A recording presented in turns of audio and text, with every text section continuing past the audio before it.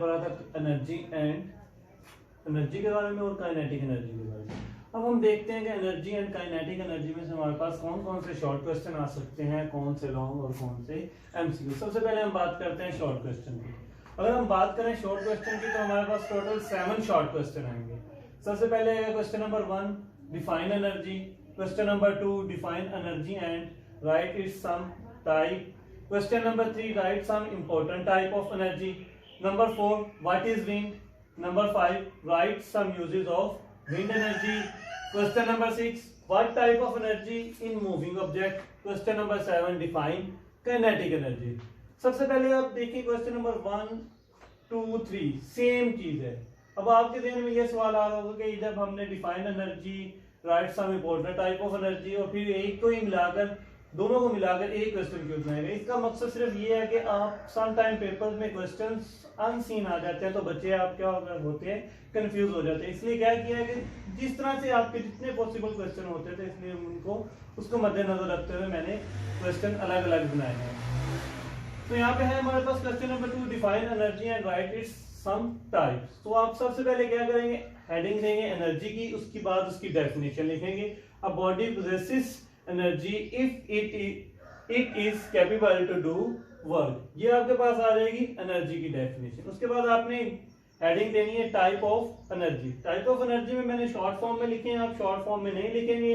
ME जो हमारे पास mechanical energy है, HE हीट एनर्जी है, CE केमिकल एनर्जी, LE मैंने लाइट एनर्जी के लिए लिखा है, SE sound energy, NE nuclear energy, EE है हमारे पास इलेक्ट्रिकल एनर्जी। लेकिन आपने इनको शॉर्ट फॉर्म में नहीं लिखना, नंबरिंग के साथ लिखना है।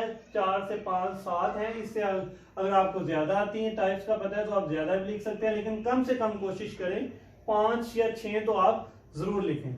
और लिखनी है आपने फुल फॉर्म में ME mechanical energy, HE heat energy, CE chemical energy, light energy, sound energy, nuclear energy, electrical energy. उसके बाद ये तक हमारा था क्वेश्चन नंबर 2। अगर हम बात करें क्वेश्चन नंबर 3 की, write some important type of energy. Just आपने यहीं से एडिंग देनी है टाइप ऑफ एनर्जी और नीचे यही 5 से 7 जितनी आपको याद है, कम से कम 5 या 7 तो होना जरूरी है। लेकिन अगर आप ज्यादा लिखना चाहते हैं तो आप लिख सकते हैं। ये आपकी बुक में आपको नजर आ रहा होगा ग्रीन कलर में ये जो लाइंस अंडरलाइन की गई हैं, energy exist in various form such as mechanical energy, heat energy, light energy, sound energy, electrical energy, chemical energy and nuclear energy ETC। ये हमारे पास energy can be transfer from one form to another. ये हमारे पास थी energy की types. Energy की definition ऊपर आपके पास इसी के नीचे पिंक बॉक्स में लिखी हुई है, a body possesses energy if it is capable to do work. उसके बाद अगर आपके पास आ जाता है write some important type of energy, then आपने यहाँ से टाइप ऑफ एनर्जी की हेडिंग देकर यहाँ तक की सिर्फ टाइप ही राइट करनी है। लेकिन अगर आपके पास आता है डिफाइन एनर्जी तो आपने क्या करना है, सबसे पहले इसकी डेफिनेशन लिखनी है, body possesses energy if it is capable to do work. यहाँ तक आपने सिर्फ डेफिनेशन पे नहीं छोड़ना। डेफिनेशन लिखने के बाद आपने हेडिंग देनी होगी एक्सप्लेनेशन। मैं यहाँ से ये रेज कर देता हूँ। ये जो आपका पहले लिखा हुआ है टाइप ऑफ एनर्जी, क्योंकि ये हमारा क्वेश्चन कंप्लीट हो चुका है इसलिए मैं इसको रेज कर रहा हूँ। और यहाँ पे हम क्या करेंगे, एक नया क्वेश्चन जो है वो हम राइट करेंगे। क्या आपने करना है, लाइंस भी मैं ड्रॉ नहीं करूंगा, जस्ट आपको समझाने के लिए वैसे लिख देता हूँ। आपने लिखना है एक्सप्लेनेशन की हेडिंग देनी है। किस चीज की देनी है, एक्सप्लेनेशन। एक्सप्लेनेशन की हेडिंग देने के बाद आपने यहाँ पे बुक से स्टार्ट से आपने करना है, energy is an important and fundamental concept of science. It links almost all the natural phenomena. When we saw that a body has energy, we means that it has the ability to do work. Water running down the stream has ability to do work, so it is possesses energy. The energy of running water can be used to run water mills and water turbines. ये आपने सारी क्या करने हैं, यहाँ तक जो है आपकी पिंक कलर में आपको नजर आ रही होगी अंडरलाइंस की हुई फर्स्ट पैराग्राफ एनर्जी के नीचे, यहाँ से लेकर यहाँ तक आपने इसको लिखना है एक्सप्लेनेशन में। आगे हमारे पास क्वेश्चन आता है व्हाट इज विंड। इसका आपने सबसे पहले लिखना है moving air is called wind. जो मूविंग एयर होती है उसको हम क्या बोलते हैं, विंड बोलते हैं।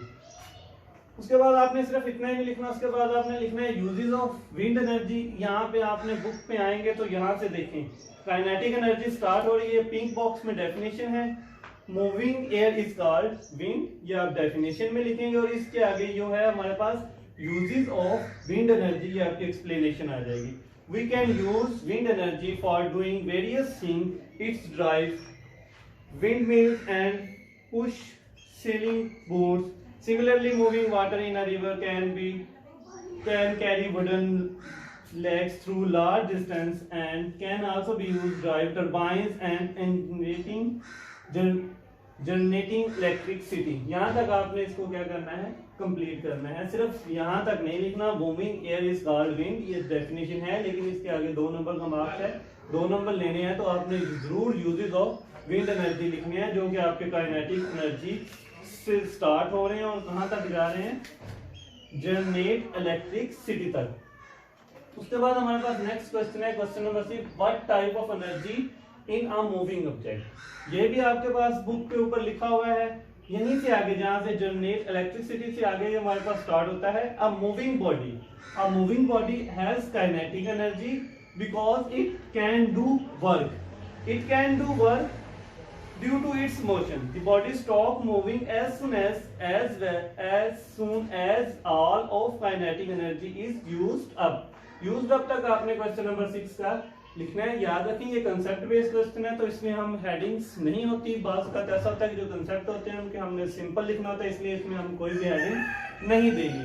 उसके बाद हमारे पास लास्ट क्वेश्चन आता है, question number 7, define kinetic energy. तो आपने क्या करना है, डेफिनेशन की हेडिंग देनी है। हेडिंग देने के बाद आपने करना है, energy possessed by a body due to its motion is called kinetic energy। नीचे आपने फार्मूला की हेडिंग देनी है, फार्मूला हेडिंग देने के बाद आपने KE is equal to 1/2 mv²।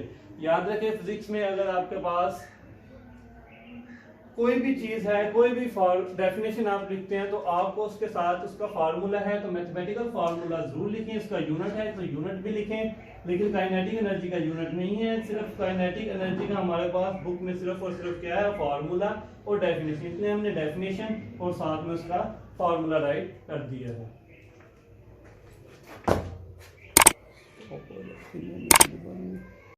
हमारे पास लॉन्ग क्वेश्चन में हमारे से ऐसे पूछा था, define kinetic energy and drive it's relation. Kinetic energy को डिफाइन करें और इसका रिलेशन मैथमेटिकल एक्सप्लेनेशन करें या मैथमेटिकल फॉर्म में राइट करें। ऐसे पूछा जा सकता है, define kinetic energy and write it's mathematical form. तो आप सबसे पहले क्या करेंगे, आप हेडिंग देंगे डेफिनेशन की। डेफिनेशन की हेडिंग देने के बाद आप इसकी डेफिनेशन लिखेंगे, जो कि आपके पास बुक पे पिंक बॉक्स में मौजूद है। The energy possessed by a body due to its motion is called its kinetic energy। Kinetic energy की डेफिनेशन लिखने के बाद आप हेडिंग देंगे एक्सप्लेनेशन की। एक्सप्लेनेशन में आप लिखेंगे कंसीडर अ बॉडी से आप स्टार्ट करेंगे और आप एंड तक लिखेंगे यूज्ड अप तक। Consider a body of mass m moving with a velocity v, the body stop after moving through some distance s due to its opposing force such as force of friction acting on it. The body possesses kinetic energy and it capable to do work against opposing force until all its kinetic energy is used up। यहाँ तक लिखने के बाद अगर तो आप diagram draw कर देते बहुत अच्छी बात है, अगर आप नहीं ड्रॉ करने चाहते तो ये आप डायग्राम ना भी ड्रा करें तो कोई बात नहीं, क्योंकि ये आपकी बुक में मौजूद नहीं है, लेकिन जो डायग्राम आपकी बुक में होगी वो आपने जरूर ड्रा करनी है। अगर हमारे पास आ जाती है मैथमेटिकल फॉर्म। मैथमेटिकल फॉर्म मैंने एक दफ़ा आपको लास्ट प्रीवियस टॉपिक में डिटेल के साथ हमने सॉल्व की थी, यहाँ पे जस्ट मैंने राइट कर दी है, लेकिन फिर भी मैंने राइट किया ताकि आपको समझ आ जाए कैसे लिखना है। सबसे पहले आप लिखे kinetic energy of body work done by it due to its motion. उसके बाद आप लिखे kinetic energy is equal to Fs, Vi is equal to V। ये हम सारा कुछ आप पहले समझ चुके हैं। उसके बाद Vf is equal to 0, F is equal to ma, A is equal to minus F/m। Using third equation of motion 2as is equal to v square minus va square, putting the value in equation. A की value लिखेंगे, Vf की लिखेंगे, Vi की लिखेंगे। Solve करने के बाद हमारे पास काइनेटिक एनर्जी की इक्वेशन आ जाएगी 1/2 mv स्क्वायर। ये मैंने इसलिए थोड़ा जल्दी बता दिया क्योंकि ये सारा कुछ हम पहले ही ऑलरेडी कर चुके हैं। इसके बाद हमारे पास एमसीक्यूज कौन कौन से आ सकते हैं। सबसे पहले आ सकते हैं कि हमारे पास एमसीक्यूज आ सकता है a body possesses energy if it is capable to do work. क्या आ सकता है? वर्क। नीचे हमारे पास एनर्जी या एनर्जी, वर्क, पावर, इस तरह के कोई ऑप्शन आपको आ जाएंगे। ब्लैंक्स आपने ख्याल रखनी है, जैसे आप ब्लैंक्स बनाते हैं, ब्लैंक्स बनाए, आपकी ब्लैंक्स नहीं आती लेकिन एमसीक्यूज आ सकते हैं। आगे हमारे पास आ सकते हैं moving air is called wind.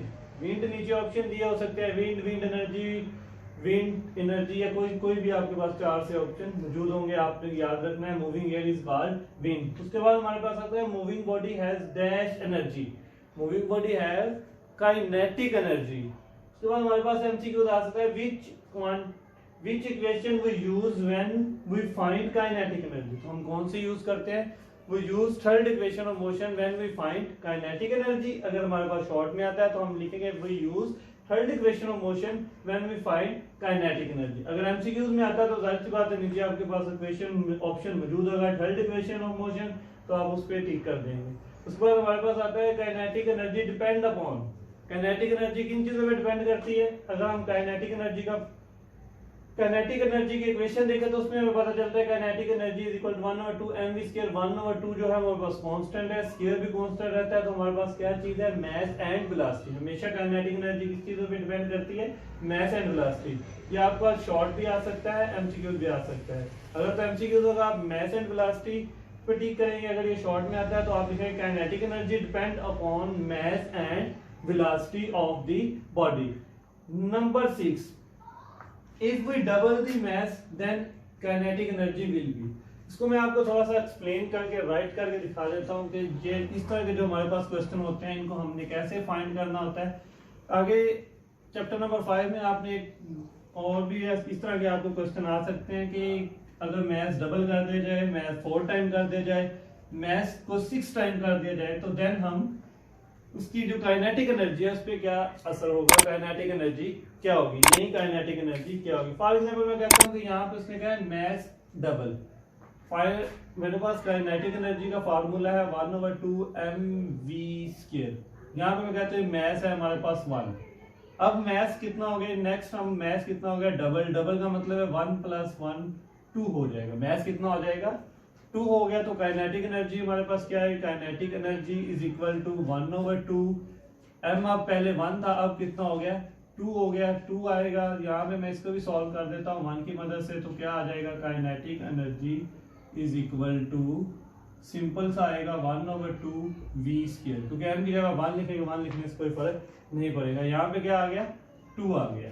जब 2 आएगा तो v² वैसे का वैसे 2 से 2 कट जाएगा और एनर्जी आ जाएगी v2। और यहाँ पे देखिए पहले हमारे पास सिर्फ 1/2 v2, 1/2 v², और यहाँ पे सिर्फ हमारे पास आई v²। इसका मतलब है पहले से वेलोसिटी कितनी होगी? डबल। यहाँ पे हाफ थी, यहाँ पे डबल होगी। इसका मतलब अगर हम मास को डबल करेंगे तो वेलोसिटी क्या हो जाएगी? डबल हो जाएगी। इस तरह आप 4 टाइम करेंगे तो देन वेलोसिटी क्या हो जाएगी हमारे पास? 4 काइनेटिक एनर्जी 4 टाइम हो जाएगी। इस तरह आपने इसको फाइंड कर लेना है। इस तरह बिल्कुल अगर वो आपको कहते हैं कि वेलोसिटी डबल कर दी जाए देन क्या होगा। फॉर एग्जांपल मैं कहता हूं कि हमारे पास काइनेटिक एनर्जी का फार्मूला है 1/2 mv²। v हमारे पास है जी 2। v की वैल्यू कोई भी आप ले सकते हैं। v हमारे पास है 2, तो हमने क्या किया? काइनेटिक एनर्जी फाइंड की। काइनेटिक एनर्जी हमारे पास आएगी 1/2 मैस सेम रहेगा कांस्टेंट। v की जगह हम 2 लिखेंगे, 2 का स्क्वायर। इसको सॉल्व करेंगे तो हमारे पास आएगा 1/2 m और यहाँ पे आएगा 4। ये कट होकर कितना रह जाएगा? 2m। काइनेटिक एनर्जी हमारे पास कितनी आई? 2m। अब हम काइनेटिक एनर्जी को करते हैं जी 4। डबल करनी है, 2 से हमारे पास कितनी होगी? 4 हो जाएगी। तो देन हमारे पास क्या हो जाएगा? मैं थोड़ा सा ऊपर सॉल्व करने लगा। काइनेटिक एनर्जी जो होगी हमारे पास वो क्या हो जाएगी? पहले यहाँ पे 2 थी, अब हमारे पास v कितना है जी? v की नई वैल्यू हम कहते हैं जी v हमारे पास है 4। डबल होगी, 2 से कितना हो गया? 4 होगी। अब 4 लगा के देखें 1/2 m वैसे का वैसे आएगा, v की जगह पे आएगा 4 का स्क्वायर। 1/2 m 4 का स्क्वायर कितना होता है? 16। 4 का 16 कट करें 8, तो हमारे पास न्यू वेलोसिटी कितनी आई? 8m, पहले हमारे पास कितनी थी 2m, यहाँ पे कितनी आई 8m। इसका मतलब है कि हमारे पास जो वेलोसिटी थी वो 6 टाइम क्या होगी, इंक्रीज होगी। इंशाल्लाह मिलते हैं।